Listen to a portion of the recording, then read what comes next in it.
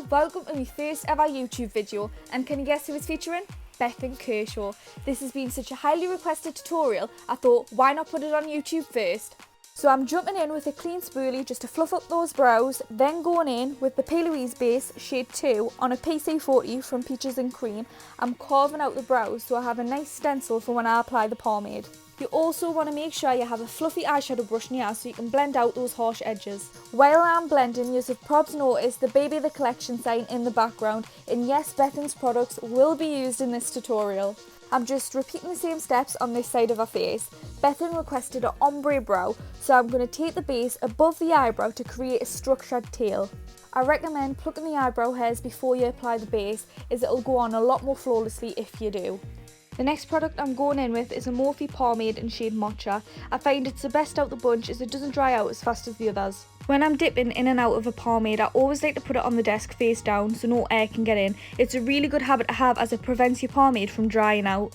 I keep swapping between my carving brush and my brow brush just so I can get the tail as precise as I possibly can. Sharp. Yeah. Oh! What the fucking was? There's a horse! No, you're lying. Are you fucking kidding? There's a fucking horse! No, wait there. I can't be lost with a wasp. Oh my god. I thought I had something. It was on my head. Oh God. It was on my head. The wasp was on my fucking head. So after that near-death experience, I'm just sharpening the edge of the brow, and then I'm going to show Bethan what it looks like, and she can tell us if she wants the tail longer, thinner, thicker, or whatever. You've always got to make sure your client likes what they see. I think majority of the people take the longest on the eyebrows as it's such a main feature on your face, and if you mess these up, it just sets the tone for the rest of your makeup. So now it's time for the eyes. I'm just patting my P. Louise base all over the lid so I have a clear canvas for that eyeshadow to stick to. The shadows I'll be going in with are from the Morphe 24G Grand Glam palette. The first shadow is called Mojo. Why did my voice change? Well, I'm just using that to tickle the eye with a light pressure and create sort of an oval shape on the edge of the eye, just so we can build the shape and build the coverage. You're all better prepare for these shade names being said in a weird accent. The brush I'm using is a Morphe M506 brush. You want to make sure your brush is the correct size for that eye space. I'm now dragging that brush along the lash line so I can create a smoked out liner with the shadows. The next shadow I'm taking is called Fling from the Secret Sinner palette by P. Louise. Now going in with the previous shade before, you want to keep these two brushes near so you can keep building up the pigment. Remember, you want to keep the shape you're trying to create, so don't go too crazy with the blending and be precise of where you put the shadows. I'm using a wipe to take off the product on the lids as the base I'm using next works better on just skin. Now patting blank canvas all over the lid and then blending it out with a clean brush. You want to do this part very delicately as you don't want to lift the shadows you've just laid down. I'm taking a very small brush just to buff the shadows we put on top on the lash line so we can create a smoked out liner. Also remember to set the base we put down as we don't want any creasing to occur. Now I'm going in with a tiny bit of shade Brew just to darken up the edge of the eye and create more depth. This eye look is such a good alternative if you don't think you suit a cut crease. I'm going back in with blank canvas and patting it along the waterline to create the illusion that the eye is bigger. You don't want to be too light-handed with this part as the eye could water. Now I'm prepping the under eye with the P. Louise base again because what goes up must come down. Just a quick reminder to buff those edges in because you don't want it to mess with the skin application. The brush I'm using to blend right beside the waterline is a Morphe M149 brush. This is such a good brush to have in your kit. It's so small and gets right where you want it to go.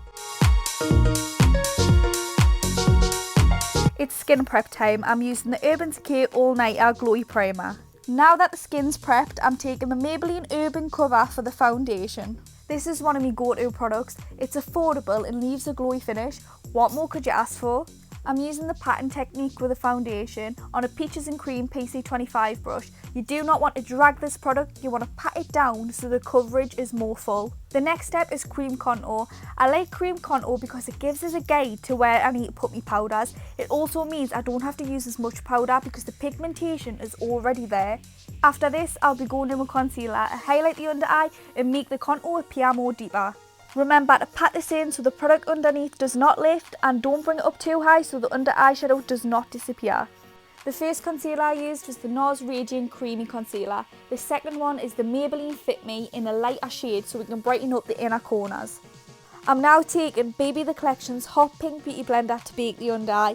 It is so soft and really flexible. I'm now just dusting off the Laura Mercier translucent powder so the under eye can look airbrushed. Now time to set that cream contour. I'm brushing over it lightly with a Spectrum 805 brush. Contour and highlights used to sculpt the face, so you want to make sure the transition between the two is flawless. Going back in with a blender from BBthecollection, I'm using the tip of it to sharpen up that contour so it can create more depth. The Beauty Blender jar is a must-have for your kit. It has a wide variety in sizes, so if you want a tiny little one for precision, it's in there. Going in with the lip liner from Morphe in shade Bite Me. We're using this to outline the lips so it creates a shadow for when the lip gloss is applied, so the lip gloss stands out more. The two most popular ways to outline your lips are a Cupid's bow, which is the top of half a heart, or a Kylie Jenner lip as I call it, which is kind of an oval shape on the top lip. Bethan went with a Cupid's bow, but not a strong Cupid's bow, just a natural shape. Now going in with shade A Lot from BBthecollection's lip gloss range. I'm just going straight in with it as it's so pigmented it doesn't need a base. I'm not using that much as the coverage is so full. This shade and shade Little Naughty are my most used lip glosses on my clients. They absolutely love them. I'm just adding a little bit of birthday suit to enhance the ombre effect.